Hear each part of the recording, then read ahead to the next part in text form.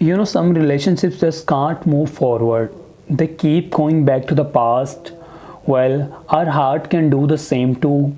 When mitral valve fail to close, the blood that is meant to move into the aorta move back into the left atrium.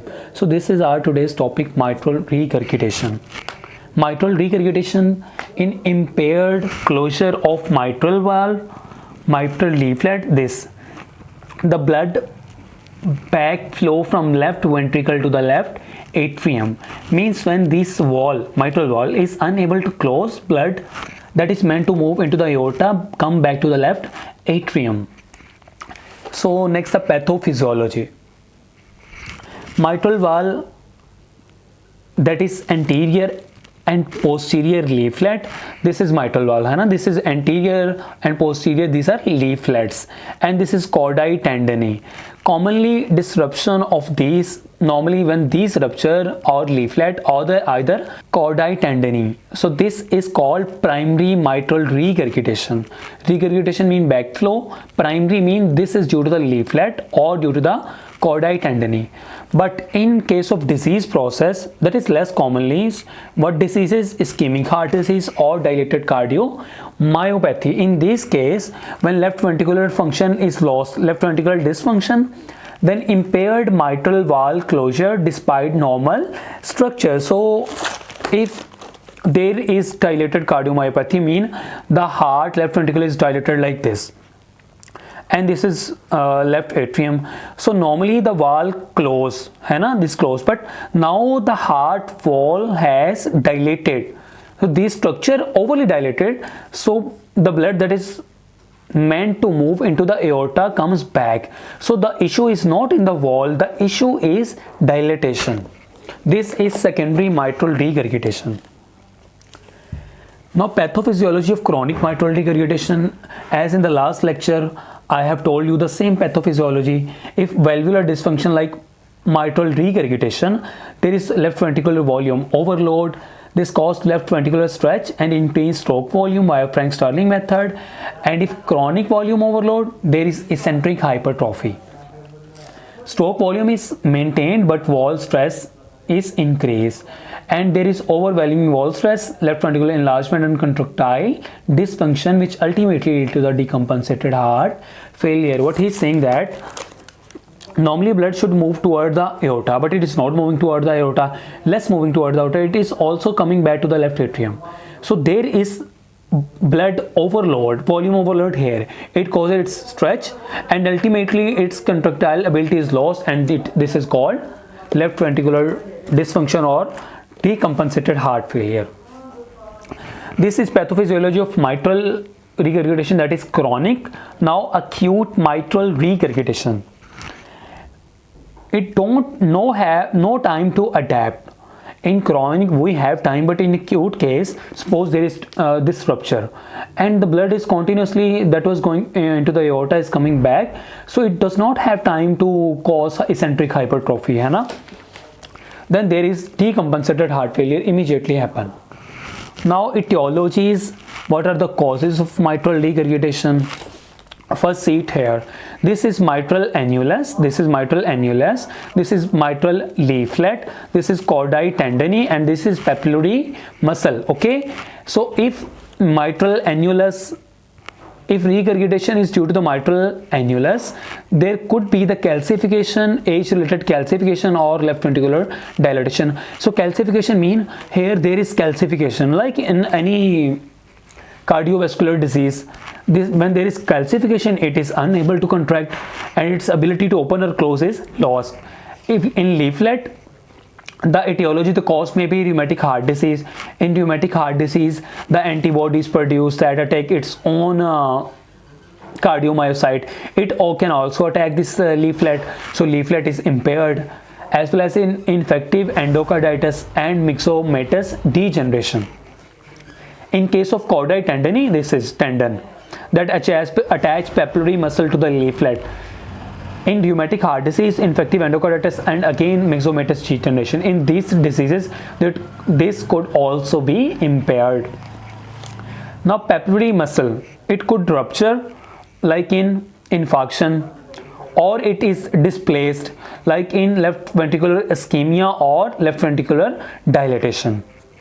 So again, in etiology, I divided into the three parts: chronic primary mitral regurgitation, chronic secondary, and acute. Chronic primary means the issue is in leaflet or in chordate tendineae. The number one cause is myxomatous degeneration. It is most common in developed countries like America, like Europe, and in developing countries, the most common cause is rheumatic heart disease.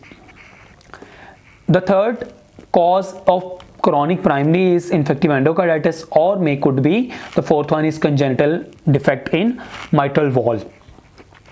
Chronic secondary mitral regurgitation mean the issue is not in valve itself, the issue is in papillary muscle. It could be due to the ischemic heart disease or cardiomyopathy, dilated cardiomyopathy.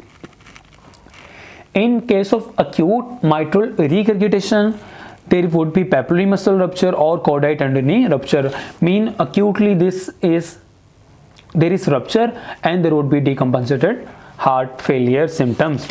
Now, how the patient would present in clinic? What is clinical presentation? Clinical presentation of chronic mitral regurgitation: if it is mild or moderate mitral regurgitation, the patient would be asymptomatic. But it is severe mitral regurgitation, then would be symptoms. Normally in mitral regurgitation, the blood that is meant to flow into the aorta, into the body, but now in this way blood is coming less, while most blood is regurgitating again into from left ventricle into the left atrium. So there is dyspnea on exertion, it is the first symptom.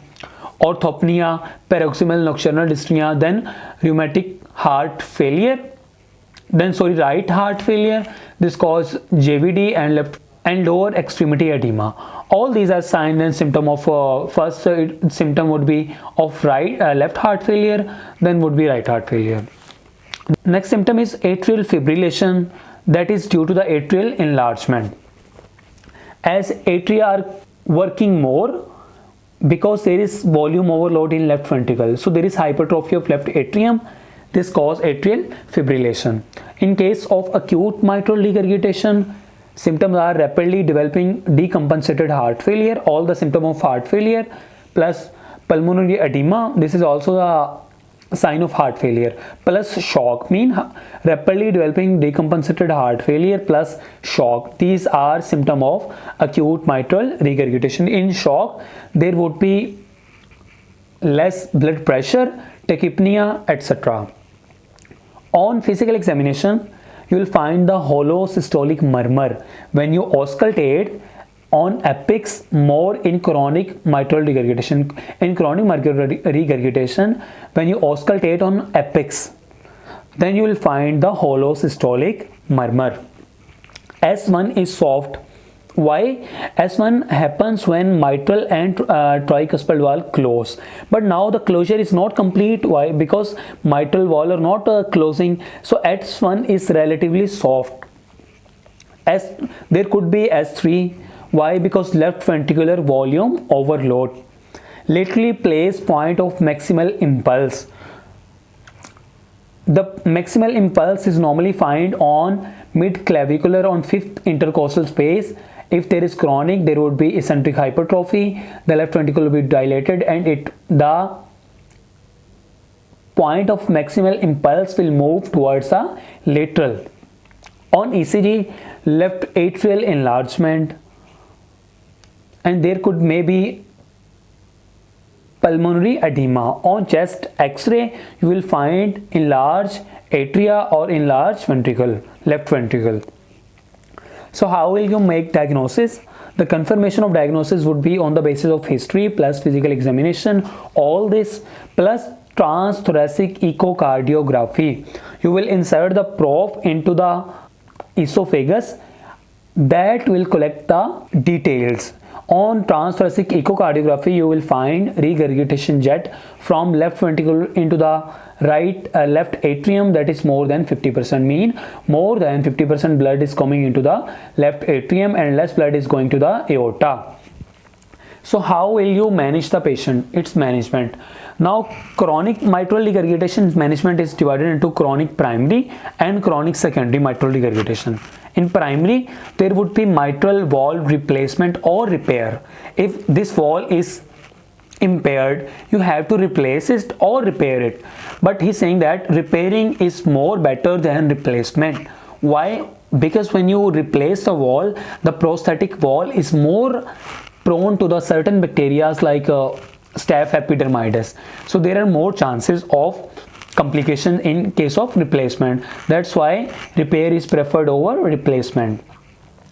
And when there would be a recommendation of surgical intervention when there is chronic severe mitral regurgitation plus any symptom appear, or chronic severe mitral regurgitation plus left ventricular ejection fraction between 30 to 60%. The medical therapy is limited. Why? Because the wall is impaired, so you have to do the surgical intervention to correct this wall. In case of chronic secondary mitral regurgitation, there is no issue in wall leaflet. The issue is in something else like cardiomyopathy or ischemic heart disease. So you have to address that underlying cause. In acute mitral regurgitation, there would be emergency surgical repair of wall because you don't have time. That's it.